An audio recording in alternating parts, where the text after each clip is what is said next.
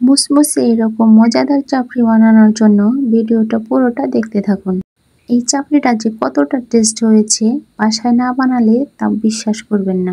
এত কথা না বলে চলে যাচ্ছি মূল রেসিপিতে।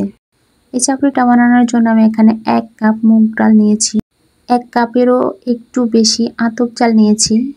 এখন এগুলোকে ভালো করে পানি দিয়ে পরিষ্কার করে নিতে হবে। এভাবে হাত দিয়ে ভালো করে কষলিয়ে কষলিয়ে পরিষ্কার করে নেবেন যেন ময়লাটা না থাকে। আর এইভাবে পানি 2 থেকে 3 বার পাল্টিয়ে পাল্টিয়ে ধুয়ে নিতে হবে।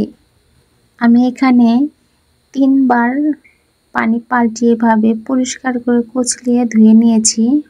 যদি আপনারা চাপড়ি আরও বেশি বানাতে চান তাহলে চাল ও ডালের পরিমাণটা আরও বেশি নিয়ে নেবেন। পরিষ্কার হয়ে গেছে। এখন আমি 1 গ্লাস পানি দিয়ে ভিজিয়ে রাখবো।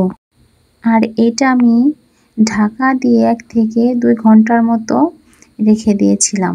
2 ঘন্টা পর এটা ফুলে ডাবল হয়ে গেছে।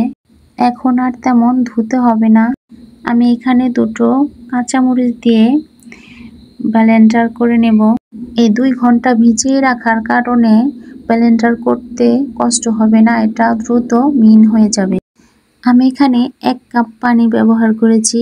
এটা নরমাল টেম্পারেচার পানি, আর কোনো পানি আমি এখানে অ্যাড করব না।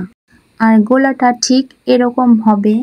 এর মধ্যে ভাজা জিরে আর আস্ত জিরে, ম্যাগি মশলা ও বেকিং সোডা দিয়ে ভালো করে মিশিয়ে নিতে হবে।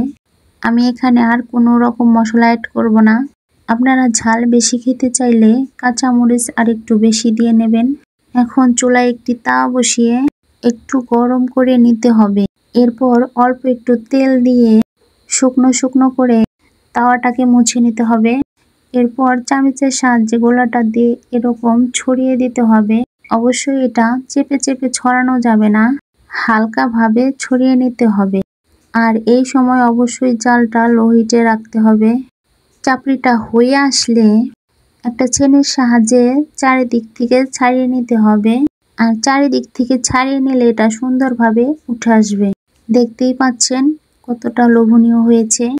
সকাল এবং রাতে অনেক সময় বাচ্চারা ভাত খেতে চায় না, এরকম মজাদার খাবার বানিয়ে বাচ্চাদের চমকে দিবেন। অবশ্যই তারা দেখে হাত দিয়েই খেয়ে নেবে। এমনটা আমার বাসায় ঘটে। ভাত খেতে না চাইলে আমি এরকম খাবারগুলো বানিয়ে দিই আর তারা অনায়াসে সুন্দর মতো হাত দিয়ে খেয়ে নেয়। একদম ঝামেলা ছাড়া একটা নাস্তা। আর এদিকে আমি কথা বলতে বলতে অনায়াসে সবগুলো চাপড়ি বানিয়ে নিয়েছি। অবশ্যই এটা বাসায় ট্রাই করে দেখবেন আর কেমন হলো জানাবেন। সে পর্যন্ত ভালো থাকুন, সুস্থ থাকুন। আল্লাহ হাফেজ।